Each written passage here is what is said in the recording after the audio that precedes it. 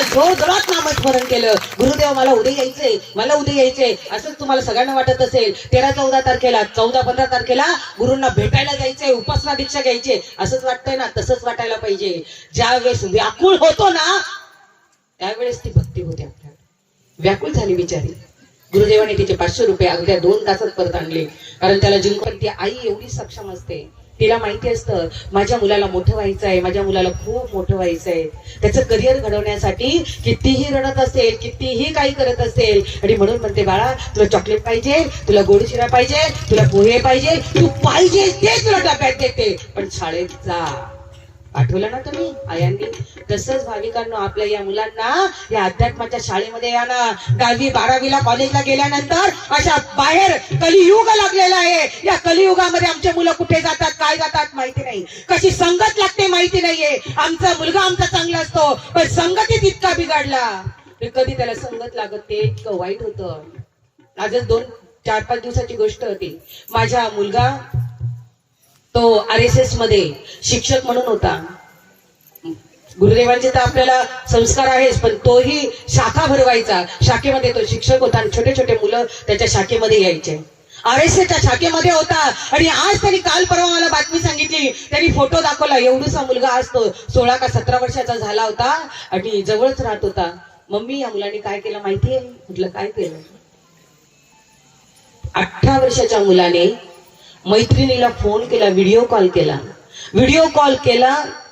स्वतः चरस घेतलेली होती, त्या चरस गांजेच्या नशेमध्ये होता. मित्राला फोन केला, त्या जिच्यावर प्रेम होतं त्या पोरीला फोन केला आणि त्यांना सांगत होता बघा मी वरती फॅनला गळफास घेतो आहे. फास टाकला, व्हिडिओ कॉल चालू होता, फास टाकला, गळ्याला फास बसला आणि तो त्या नशेमध्ये त्याला काय झालं, पण खालची खुर्ची आपोआप सटकली, वरतून तो फास गळ्यात धरला, आवळला आणि तात्काळ तो मुलगा निघून गेला. किती वर्षाचा? 17-18 वर्षाचा. कोरोनाच्या काळात आई गेलेली, बाप बिचारा लोकमतच्या ऑफिसमध्ये असणारा. काय केलं त्यांनी? का तरुण मुलगा निघून गेला. मग हेच आपल्या मुलांबद्दल घडवावं का? नाही वाटत ना आपल्याला? आई आहे म्हणून तुम्हाला इथं सगळ्यांना सांगते, आता 7 वर्षाचा मुलगा किंवा मुलगी कोणालाही आहे त्यांना उपासना दीक्षा द्या, त्यांना ते भक्तीचा वेळ लागू द्या. तुमचे मुलं कधीही भरकटणार नाही. काळ इतका कठीण आलेला आहे, आज युद्ध चालू आहे. कधी हा काळाचा कलियुगाचा अंतिम टप्पा आहे. म्हणून जगद्गुरु सांगतात भक्तीला लागा, साधना करा. रोज साधना केली तर मी तुमच्या बरोबर आहे, नाही तर कधी या भवसागरामध्ये तुम्ही गटांगळ्या खाल्यानं कधी तळापर्यंत जाल, कधी जीव जाईल ना सांगता येणार नाहीये. म्हणून संधी आपल्यापर्यंत आलेली आहे, ही संधीचं सोनं करा. 14 आणि 15 तारखेला उपासना दीक्षा आहे. ज्यांना वाटतंय ना की खरंच, आणि घाबरू नका. एक ताई मला विचारत होती, अशीच गावाकडे कुठेतरी गेली होते आणि मला म्हटली ताई मला उपासना दीक्षा घ्यायची आहे. म्हटलं काय प्रॉब्लेम आहे? जरा लांब यावं ताई. ती लाजत होती. म्हटलं ताई ही का बरं लाजते? उपासना दीक्षा करायला काय लाजायला पाहिजे का? मग हळूच कानामध्ये सांगते ताई मला उपासना घ्यायची आहे, पण माझा नवरा पण म्हणतो उपासना दीक्षा घ्यायची. म्हटलं घेऊ दे की, चांगलं आहे ना, दोघं नवरा बायको उपासना दीक्षा घेताय, चांगलं आहे की, एकच गुरु करायचा. पण प्रॉब्लेम आलेला आहे. आता काय प्रॉब्लेम आहे? परत कानाजवळ कुजबुजते. एकच गुरु केला तर कसं काय व्हायचं? एकच गुरु नवरा बायकोने केला मग तो माझा भाऊ होईल ना? काय मनामध्ये प्रश्न असतात. नवरा माझा भाऊ झाला तर आम्ही आता पुढचं आयुष्य कसं काय करायचं? तिला म्हटलं ज्यांनी तुझ्या गळ्यामध्ये मंगळसूत्र घातलेला आहे ना तो एकच पुरुष सोडून जगातला अख्खे पुरुष तुझे भाऊ आणि बाबा आहे, बाकी एकच पुरुष सोडायचा. माझ्याही नवऱ्याने आणि मी एकच गुरु केले, एकाच दिवशी केले. पण आमचं इतकं चालतं ना, अगोदर माझा नवरा भांडत होता, पण आता भांडत नाही, खूप प्रेम करतो, लई फोन करतो, कधी येते घरी, कधी येते घरी. सगळ्यांनी अनुभव घेऊन बघा नवरे किती प्रेम करता हो ज्यावेळेस एकच गुरु केल्यानंतर. कळलं ना? म्हणून भाविकांनो हे संस्कार आहे, हे संस्कार फक्त आई वडील करू शकतात. आणि आई वडिलांपेक्षा हे संस्कार आपले केले जातात ना जगद्गुरु श्री करतात. त्या गुरुदेवाने हा कलियुगाचा हा अंतिम टप्पा माहितीये त्यांना. देव किती भटकटलेला समाज आहे. म्हणून आपल्या मुलांना आणि आपण पण गुरु करायचं आहे, उपासना दीक्षा घ्यायची आहे. कोणताही, आणि तुम्हाला वाटलं वर्षभरात इथे सगळ्यांना सक्षमपणे सांगतं, लाईव्ह पण चालू आहे. मी का खंबीरपणे बोलते? कारण त्याच्यातलं ज्ञान मला गुरुदेवांनी दिलेलं आहे. जर आपल्याला वाटलं की आज 1 वर्षभर मी उपासना केली, साधना केली आणि पण माझी काही समस्या सुटली नाही. हे गुरुदेव माझ्याकडे काही बघत नाही, सोडून द्या ना, पुढे नाही आलात तरी चालेल. मग आता घेतलं, धाकामध्ये भक्ती करू नका. कसलीही धाकाने भक्ती केलेली आहे. आपली आई आहे ती म्हणणार आहे का की हा मला 4 वर्ष सोडून गेलेला आहे. नवरा म्हणेल तू 4 वर्ष सोडून गेलेली आहे, परत माझ्या दारात पाय नाही ठेवायचा. पण जो भक्त 4 वर्ष जरी सोडून गेला, 10 वर्ष जरी सोडून गेला आणि गुरुदेवांच्या चरणाजवळ आला ना, ती आई आहे, ती त्याला जवळ घेईल, त्याला ओंजरेल, गांजरेल आणि म्हणेल खूप दिवसाने आला रे, किती दिवस मी तुझी वाट बघत होतो, का बरं नाही आला रे. ही आई आहे आपली. आईच्या ममतेने भाविकांनो उपासना दीक्षा घ्या. तुम्हाला जर खरंच या वर्षभरामध्ये वाटलं की गुरुदेव हे माझ्यासाठी नाहीये, माझी समस्या सुटली नाही, तर तिथल्या तिथे तुम्ही पुढची दीक्षा घेऊ नका, खरंच घेऊ नका. आणि जर वाटलं की खरंच हे देव आहे, माझा हात मी त्यांच्या हातामध्ये दिला आहे आणि माझी खरंच समस्या सोडवतात, ही वेळच तुमच्यापर्यंत येणार नाही. मग साधक दीक्षा घ्या आणि साधक दीक्षा घेतल्यानंतर अशी अनुग्रहाची माळ आपल्यापर्यंत येते. अनुग्रह घ्या आणि स्वतःचं जीवन सार्थक करा. ज्याने तुला जन्म दिला विसरू नको त्या भगवंता. विसरायचं आहे का तर नाही. आप्त इष्ट सगळे सोयरे, कोणी नाही कोणाचे. आणि म्हणून माझ्या या जन्माचं सार्थक करायचं असेल ना, तर गुरुदेवांच्या चरणाजवळ आपण नतमस्तक व्हायचं. भाविकांना खूप सुंदर आहे. एक ताई आहे जळगाव जिल्ह्यातली, पुष्पा का उषाताई तिचं नाव होतं. त्यांच्या घरी जिल्हाध्यक्ष होते. तिला उपासना दीक्षा घ्यायची होती, साधक दीक्षा घ्यायची होती. धुळे जिल्ह्यामध्ये शिरसोली तालुका आहे आणि त्या तालुक्यामध्ये जगद्गुरु श्री त्यावेळेस स्वतः यायचे. घरची परिस्थिती एवढी बिकट होती त्या ताईचे आणि तिने मनात निर्धार घेतला होता की देवा मला आता तुमच्या दर्शनाला यायचंय. उपासना दीक्षा नव्हती त्यावेळेस, डायरेक्ट साधक दीक्षा होती. साधक दीक्षा घ्यायची आहे आणि साधक दीक्षेसाठी तिने तयारी केली होती. आपल्या साहित्य घ्यायला काहीतरी 200-250 रुपये लागत होते आणि जायला यायला 100-200 रुपये लागत होते. अशी 500 रुपयाची नोट तिने पुढे लपून ठेवलेली होती, आपल्या पोथीमध्ये लपून ठेवलेली होती, पोथीत लपून ठेवलेली होती. नवरा दारुड्या होता. घरातले प्रत्येक पितळेचे भांडे, जर्मलचे भांडे, स्टीलचे भांडे उचलायचा, विकायचा, त्याची दारू प्यायचा आणि टर्र होऊन यायचा. ही बिचारी रोज काबाड कष्ट करायची, जेवढं आणलं तेवढं आणायची, स्वयंपाक करायची, पोरांना नवऱ्याला जेव घालायची. तिच्यावर घर चाललेलं होतं. तरी सेवा जिल्हाध्यक्ष पदाला ती पताई होती, पण येण्यासारखी भक्ती करत होती. आणि तिला वाटत होतं की आता मला वाटतंय माझा गुरुदेव. वाटत होतं, दुःख फार होतं, घरात पैशाला पैसा नव्हता, दारिद्र्य होतं, नवरा दारू पित होता, तरी तिने ठरवलं होतं की मला गुरु करायचे आहे. आणि म्हणून ती 500 रुपयाची नोट हा कुठे जाणार नाही, त्या लीलामृतापर्यंत जाणार नाही म्हणून लीलामृतामध्ये ठेवलेली होती. दुसऱ्या दिवशी जायचं होतं. संध्याकाळी 6 वाजता शेतावरून आली, हातपाय तोंड धुतले आणि परत बघितलं की लीलामृतातले माझे 500 रुपये आहे का नाही. उघडून बघितलं, 500 रुपये गायब. ते दारुड्यांना बरोबर कळतं कुठे आहे पैसे. जशी ती मुंगी असते ना, तिला कळत नाही, तिला सांगायला लागत नाही इथे साखरेचा डबा आहे, ती बरोबर तिथपर्यंत जाते आणि साखरेला मुंग्या लागतात, तिकटाच्या ते जात नाही. तसंच त्यांना माहिती असतं कुठं काय आहे, बायको किती शहाणी आहे, काय आहे. हे तिने बरोबर केलं आणि बरोबर 500 रुपये काढले. मस्त दारू वगैरे पिली. पण त्या दिवशी त्यांनी दारू नाही पिले, त्याला पत्त्याचा पण नागत होता. पत्ते खेळायला गेला. पारावर असतं ना तुमच्या, असं झाड असतं, त्याचा पार असतो, तिथे सगळे टोळं खुर बसले आजूबाजूचे. पत्त्याचा डाव लावला. ही बिचारीने बघितलं, तोंड जोडून घेतली, जोरदार रडायला लागली. स्वामी आता मी काय करू, स्वामी आता मी काय करू, माझे 500 रुपये गेले, मी आता तुमच्यापर्यंत पोहोचू शकणार नाही, आता काय करायचं. की जेवण केलं नाही, काही केलं नाही, झोपून राहिली, खूप रडली. कोणाजवळ रडत होती? त्या आईजवळ. शेजारच्याकडे गेली रडायला, आई बापाकडे गेली रडायला. कोणाकडे रडायचं नसतं, कारण ते आपल्या दुःखाचं बाजार मांडतात. दुःख सांगायचं ते आपल्या आईला सांगायचं. खूप रडली, खूप रडली. 9-10 वाजले होते. तिने स्वयंपाक पण घरात केलेला नव्हता आणि थोड्याच वेळात गावकऱ्यांचा आवाज आला, अगं उषा, अगं उषा, पोरांना पाठव जरा. ती म्हणजे पोरांना जा रे, ते कसं ओरडताय ते बघा बाबा काय म्हणतायत.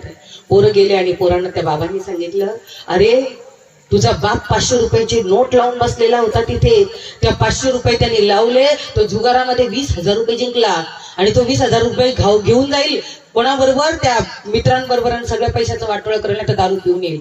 तुझा पिशवी घेऊन ये, ते 20,000 रुपये घरी घेऊन ये. ते पोरं गेले, 20,000 रुपये मिळत आहे, घेऊन आले, सगळे गोळा केले, त्या बापाला बाजूला टाकलं. त्या बापूला 100 रुपयाची नोट दिली, जाय दारू पिऊन ये म्हणे. 20,000 रुपये गोळा केले, घरी आणले, बायको पुढे सगळे ओतले, त्या आई पुढे सगळे पैसे ओतले. सत्य घटना आहे. सगळे पैसे ओतले. काय संस्कार देते आपले गुरुवर. त्या 500 रुपयाचे 20,000 रुपये तिच्या पुढे होते. तिने त्याच्यातली फक्त 500 रुपयाची नोट काढली. सगळे पैसे त्या पिशवीत भरले. पोरांना सांगितलं, ज्याचे ज्याचे पैसे ज्यांनी लावले ना त्यांना सगळ्यांना देऊन या, मला बाकी त्यांचे पैसे नको. माझ्या गुरुदेवांनी माझे 500 रुपये दिले. खूप आनंद झाला. टाळ्या वाजवून तिने गुरुदेवांचं जोरजोरात नामस्मरण केलं. गुरुदेव मला उद्या यायचंय, मला उद्या यायचंय. असंच तुम्हाला सगळ्यांना वाटत असेल. 13-14 तारखेला 14-15 तारखेला गुरूंना भेटायला जायचंय, उपासना दीक्षा घ्यायची, असंच वाटतंय ना. तसंच वाटायला पाहिजे.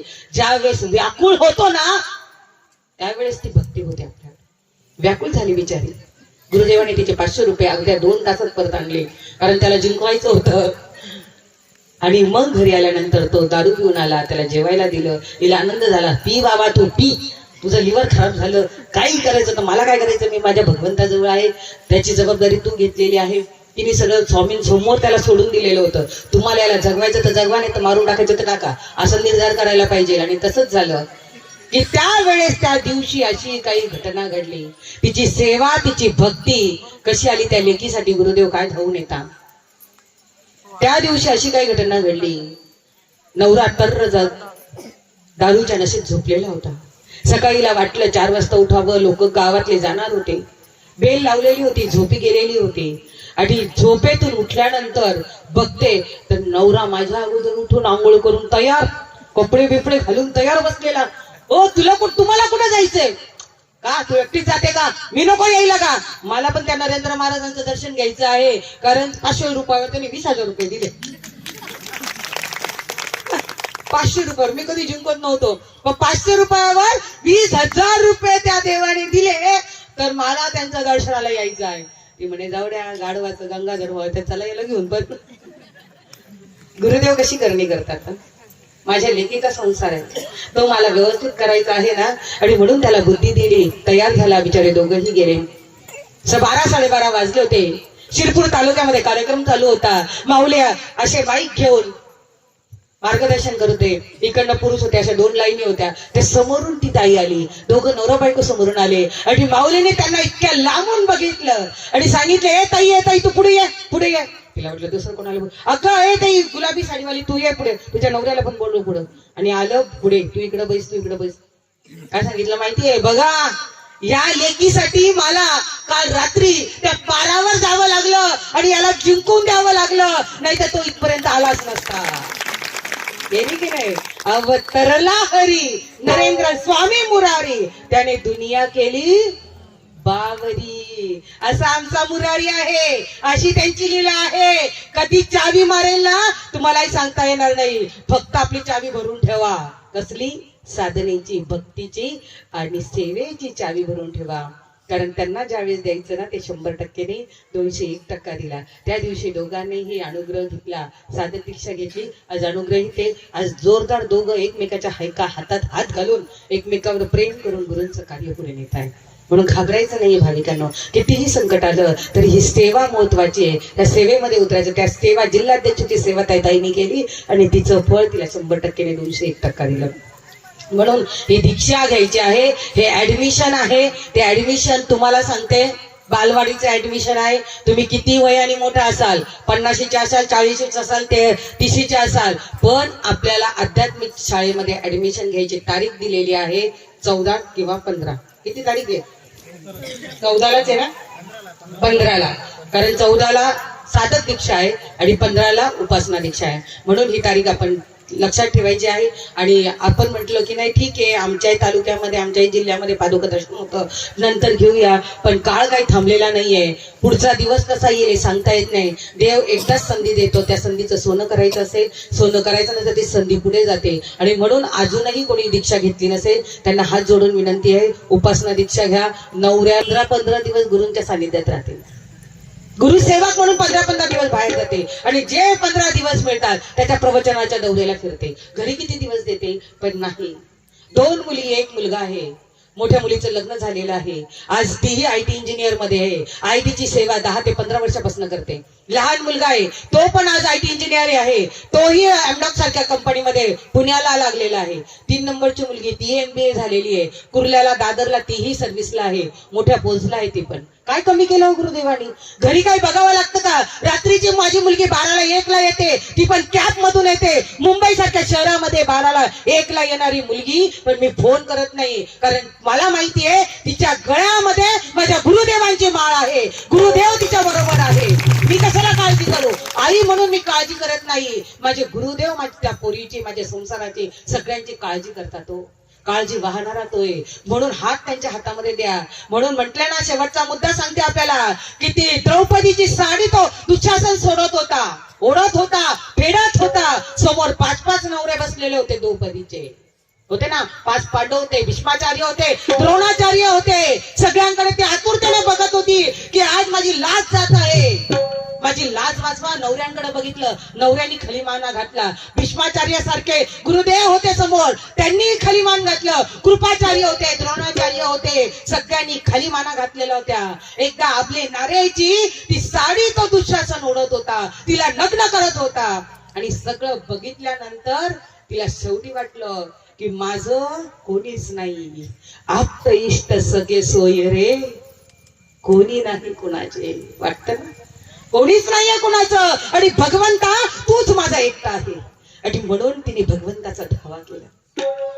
देवा ये रे देवा, आता वाचव, तुझ्याशिवाय मला कोणीच नाहीये. सगळ्यांकडे आशेच्या नजरेने बघितलं, आणि शेवटी तिला कळालं की तोच माझा तारणहार आहे, तोच दीन दयाळू आहे. आणि मग तिने, तरीही तिच्या मनामध्ये विकल्प होता. दोन्ही हात त्या छातीवर होते, पदर तोंडात होता. का? तर माझे हे हात दोन्ही माझी छातीचं रक्षण करेल, तोंडाचा पदर माझ्या देहाचं रक्षण करेल. हाही तिला थोडासा विकल्प मनामध्ये होता. भगवंत धावले नाही. आणि मग निकाळणीचा शेवटचा क्षण आला. भगवंता, अरे जो देह तू दिलेला आहे, तो देहही तूच आहे, या देहामध्ये वास करणारा तूच आहे. या देहाची विटंबना झाली ना, ती माझी नाही होणार, ती तुझी होणार आहे. देहावरचा हात काढला, तोंडावरचा पदर सोडला, अनन्य भावाने डोळे मिटून भगवंताला शरण गेली. आणि ज्यावेळेस समर्पित या देहाने झाली, तेव्हा भगवंताने तिला साड्या पुरवल्या की नाही, तिचं रक्षण केलं की नाही. तसंच भाविकांनो, हा संसार सगळा त्या गुरुदेवांच्या चरणाजवळ देऊन टाका, चरणाजवळ द्या. देवा, या संसाराच्या जोऱ्या आहे ना, ते तूच चालव रे, तूच माझ्या रथाचा श्रीकृष्ण आहे, मी अर्जुन आहे. अर्जुनाने जर त्या रथाच्या दोऱ्या भगवंताच्या हातात दिल्या ना, भाविकांनो, तसं आपल्या संसाराच्या दोऱ्या त्या श्रीकृष्ण रूपी आमच्या रामानंदाचार्यांच्या हातात द्या. आणि मग बघा काय होतंय. खूप सुंदर संसाराचा हा अनुभव मी पदोपदी घेते आहे, पदोपदी अनुभव घेते आहे. तो अनुभव घ्या आपण आणि सेवा कराय. अनेक उपक्रम आहे आपल्याकडे. आज संजीवनी दान आहे, अन्नदान आहे, रक्तदान आहे, अनेक सेवा आपल्या असतात. आपल्यापर्यंत त्या सेवा येतात. दर संजीवनीच्या दानामधून आपल्या मोठमोठे उपक्रम आपल्या चाललेले जातात. म्हणून दर महिन्याची संजीवनी आपण भरायची असते, ती थकवायची नसते. कारण हा मोठा आपला जो यज्ञ आहे ना, सेवेचा यज्ञ गुरुदेव चालू करत आहे. मग आपल्या ज्या कमाईमधून फक्त काही भाग आपण संजीवनी दानामध्ये द्यायचा आहे, आणि ती थकवायची नाहीये. कारण गुरुदेवांनी सांगितलेलं आहे, जो संजीवनी दान देतो त्याला संजीवनी बुटीप्रमाणे त्याचं आयुष्य, त्याचं सुख, समाधान, आनंद, प्रगती सगळं काही त्याला मिळणार आहे. म्हणून संजीवनी थकवायची नाहीये. संजीवनीचं दान मार्च महिन्यामध्ये आलेलं आहे. मार्च पर्यंत जरी दान केलेलं नसेल तर शेवटचे दिवस आता 20 तारखेनंतर आपल्याला ब्लॉक करणार आहेत. कारण का नंतर मला वाटतं रिचार्ज पण मागल्या जात नाहीये. ज्यांचं शक्य आहे त्यांनी द्यायचं आहे. आणि नाही दिलं तर थोडी स्वामीजी तुम्हाला डोक्यात काठी घालणार आहे, काही गरज नाही. टेन्शन घ्यायचं नाही. समजा माझ्याजवळ आहे देते, नाही आहे टेन्शन घ्यायचं नाही. गुरुदेवा पुढच्या वर्षी नक्कीच करेल. म्हणून भक्ती करताना कोणत्याही टेन्शन मध्ये राहायचं नाहीये. कोणी काही सांगत असेल त्याचं ऐकलं नाही. कारण जो भाव आहे ना, तो भावाचा भुकेला आहे देव. तुमची गरीब सरीब जी काय भक्ती आहे ना, ती भगवंतापर्यंत पोहोचते. म्हणून हा संत संघ महत्वाचा आहे. दर आठवड्याचा संत संघ करा. दररोजची जी भक्ती आहे, ओम नरेंद्रनाथाय नमः म्हणा. तो येत नसाल तर ओम नरेंद्र मोदी म्हणू नका. बाकी काही सांगत नाहीये. आता सांगायचं बघा भाविकांनो, तरीही आनंद आहे, तरी सगळं काही मजेत चालतं. म्हणून म्हटलेले छंद नाही नामाचा, देह काय कामाचा. असा छंद लावून घ्यायचा आहे, सेवेचा छंद, ज्ञानाचा छंद, भक्तीचा छंद लागला की मग असं होतं की खाणंही भात नाही, शिरापुरी आली तरी ती नकोशी वाटते. आणि म्हणून आता मी या ठिकाणी थांबते आहे. झालेली संपूर्ण सेवा जगद्गुरु श्रींच्या चरणाजवळ अर्पण करते. आणि माझ्या बळे मी नाही बोलत, बोलविता धनी माझी गुरुमाऊली आहे. सगळ्यांनी मी वाट बघते आहे. मी पण संभाजीनगरला येते आहे. गाड्या भरून आपण तिथपर्यंत यायचं आहे. आणि ज्यांना वाटत आहे की मला खरंच उपासना दीक्षा घ्यायची, त्यांनी पहिल्यांदा जनगणना नंबर काढायला पाहिजे. जनगणना करण्यासाठी आपल्याला आधार कार्डची, पॅन कार्डची गरज लागते. कारण कोणी कोणी गावाकडे मला असं वाटतं की जनगणना करताना घाबरतात लोक. तुमच्या काय बँक बॅलन्स काढून घेणार आहे का गुरुदेव? तुमच्या बँक बॅलन्स उलट वाढवता. पण आधार कार्ड का काढावा लागतो? तो जनगणना क्रमांक आपल्याला मिळण्यासाठी. एकदा का तुमचा जनगणना क्रमांक मिळाला तर तो अधिकृतरित्या आपल्या संप्रदायामध्ये तुमची रजिस्टर नोंद केली जाते. म्हणून जनगणना नंबर लागतो आणि अधिकृतरित्या गुरुदेव तुम्हाला उपासना दीक्षा देतात. अजूनही कोणाची जनगणना झाली नसेल त्यांनी जनगणना करून घ्या. आणि तुम्ही म्हणाल मी 70 वर्षाची, 80 वर्षाची, अजूनही गुरु केलेले नसेल, त्या आजीनी सुद्धा उपासना दीक्षा घ्यायची आहे. काहीही टेन्शन घ्यायचं नाहीये. 1 दिवस साधना केली नाही, 2 दिवस साधना केली नाही, 8 दिवस साधना केली नाही, तुम्हाला वाटतं काही वाईट घडेल का? अजिबात घडणार नाही. आम्ही कंटिन्यू बाहेर राहतो, काही काही वेळेस साधना होत नाही. मग काय करायचं? माफी मागून घ्यायची. पण साधना केली पण नाही केली म्हणून काही वाईट घडतं का? अजिबात नाही. 5व्या दिवशी आम्हाला ज्या वेळेस जन्माला आल्यानंतर 5वीने जो टाक टाकलेला असतो ना आमच्या नशिबामध्ये, ते सगळं सत्य असतं. म्हणून हे नाही केलं, ते नाही केलं. आई आहे, आईचं आणि लेकराचं नातं आपल्या गुरुदेवांचं आहे. आणि म्हणून मी म्हणते, कोणत्याही टेन्शन मध्ये, कोणत्याही दबावाखाली भक्ती करू नका. भक्ती हा मनाचा व्यायाम आहे. भक्ती एक सुंदर साधना आहे. ती सकाळी करा, दुपारी करा, 12 वाजता करा, रात्री 1 वाजता करा, 3 वाजता करा. नाही आंघोळ केली तरी चालेल, पण आंघोळ करत जा. नाहीतर ते म्हणतात रमजानी द्याय चालू आहे, 8 जुम्मे के जुम्मे नाहीचं, तसं आपल्याकडं नाही आहे. पण आंघोळ करायला पाहिजे, नाही तर खरूच उठेल असे जगद्गुरु श्री सांगतात. आणि म्हणून तुम्हाला सांगते की पहाटे 4 वाजता जरी जागाली तरी तोंड हात पाय धुवून तुम्ही भक्ती करू शकतात. कारण गुरुदेव म्हणतात, आमच्याकडे म्हटलं जातं की 10 नंतर आरती शेजारती झाल्यानंतर आम्ही साधना करत नाही. म्हटलं अरे करा. गुरुदेव नानी जो, जिथे नीजच नाही, जिथे झोपच नाहीये, अशा नानीज मध्ये आमचा मुरारी वास करत आहे. आणि म्हणून त्या भगवंताला कधी हाक मारा. 2 वाजता 4 वाजता तो तुमच्या घरापर्यंत पोहोचल्याशिवाय राहणार आहे. थांबते आहे. माझ्या बळे मी नाही बोलतो, बोलविता धरी माझी गुरुमाऊली आहे. झालेली सेवा त्यांच्या चरणाजवळ अर्पण करते आणि वाणीला विराम देते. एक भजन घेऊ का? तुम्ही घेतात का मी घेऊ?